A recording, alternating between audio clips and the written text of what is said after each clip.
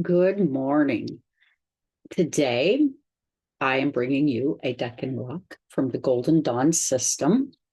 And what does the Golden Dawn system teach us? Well, it helps us separate the Major Arcana from the Minor Arcana.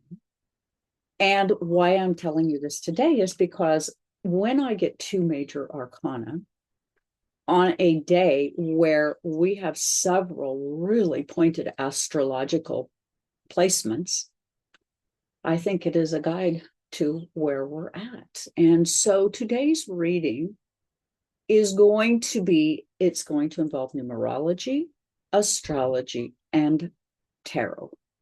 Today I used the Witch's Tarot. I did this reading at 6:03 a.m., which is going to be a 6-3 energy or a 9.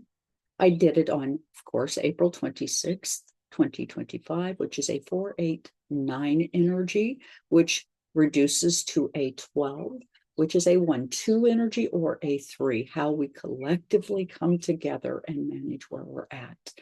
And the two cards that I get, as I said, are both Major Arcana. So a huge theme is playing out today.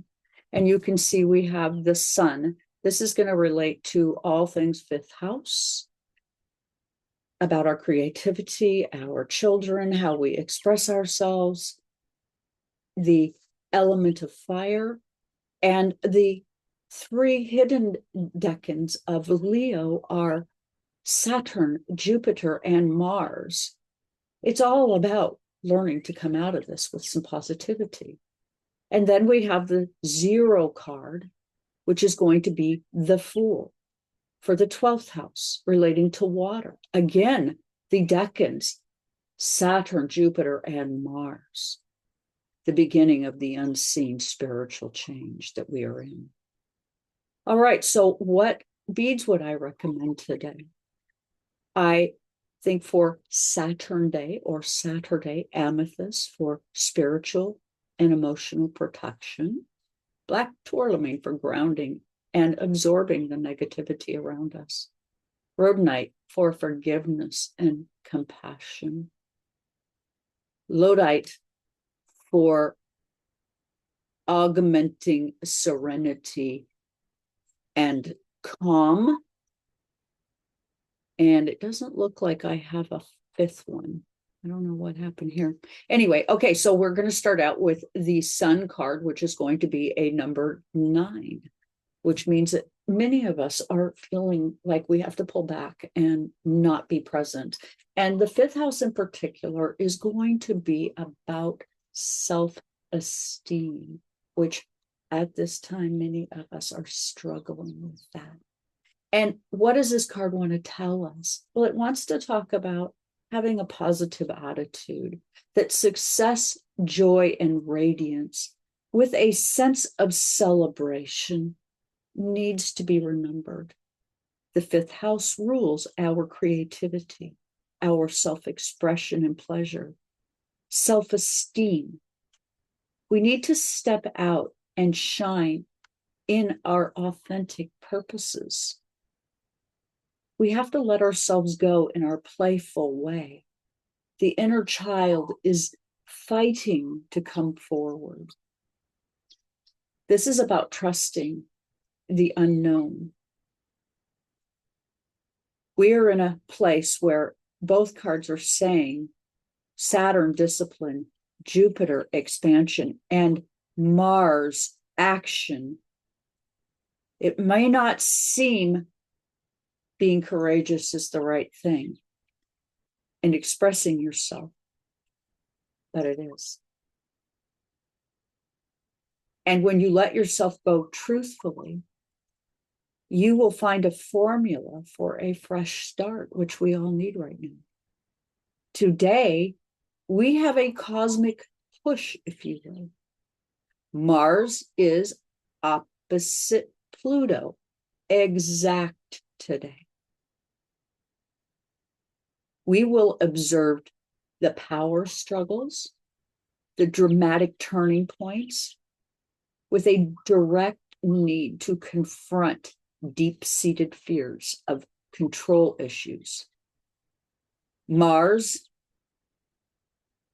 in Leo is wanting to assert personal will with passion and individuality in dramatic and visible ways. A push to break free from limitations. There are risks if you're impulsive or destructive about how you go about asserting yourself. Don't mishandle this energy or you will be harmed. And trust me on this. Today calls for balance in every way.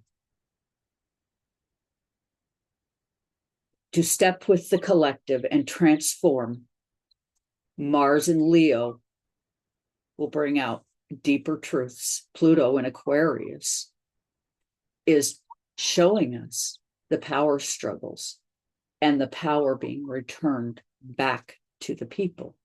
There's self-awareness happening, which is key. As we face what is needed, we will gain the proper courage in the face of our fears. And in the end, we will truly be empowered. Our first house, Venus, and then we have a partile, Venus-Saturn, in the 11th house of our collective. It's in Pisces, conjunct Uranus, in the first house. Venus is all about love and values with discipline. And at this time, we have so many distractions everywhere. This is calling for us to be highly selective as to what we take in and believe at this time. How we express ourselves in authentic ways is where we're going. We can balance the tradition with the innovations for the best possible outcomes. The Fool card in the 12th house relating to the element of water, and again, Saturn, Jupiter, and Mars are the decans behind the scenes. The beginning of unseen spiritual realm, the unlimited potential, something new born of the ashes of our past. Water speaks to our intuitive and emotional, the unseen currents of our psyche. This is about boundaries and expansion, urging us to act upon our own intuition or face our hidden fears and old patterns, regardless of who or what is being burned away. Fire is the one element, regardless, that will change all other elemental factors. So our sun here is burning away this water. Someone sees themselves as so mighty and powerful, which means that we must be strong. We are on a spiritual journey, in a cosmic dance, a part of a sacred agreement. And by trusting your inner voice and clearing the blockages, this sets the stage for bold and authentic self-expression through trusting that the universe has your back. But don't go out there getting silly. Don't think it's time to get anarchic, because it will harm you more than it will harm anything, okay? The stage for bold, authentic, peaceful actions and self-expression are set. We are on this magical journey traveling through time and space. We do have suppressed anger. We have unspoken resentments and must ask ourselves why we are unable to assert ourselves. The archetype says that we've developed passive-aggressive tendencies with unspoken resentments all over this scene, wanting to take it out on each other. Completely the wrong thing to do. We are manipulated people, and we're here because of that manipulation. Creating internal frustration and a tendency to act behind the scenes in not such good ways, which affects our self-esteem, which is something that is a cycle that we have been in. We are directly being asked about our self-esteem in this reading. Many of us in escapism and self-sabotage. We must face our internal fears and expressions of conflict. And we are urged to actively pursue hope. We are learning to navigate through the hidden. And this is creating new beginnings for us. Safety now requires for you to step up, to step out, and to take risks using your voice. Your voice is needed. We need to hear about your resistance, but we need to hear about it in a peaceful way. This is healing our collective self-esteem, and we need that. We, through the ages, have done some fairly dark things, and these things are now being addressed and leading to healing for all of us.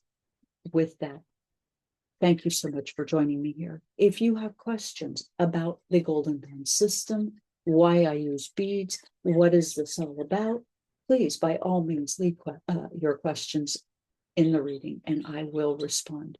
And thank you so much for being here with me today.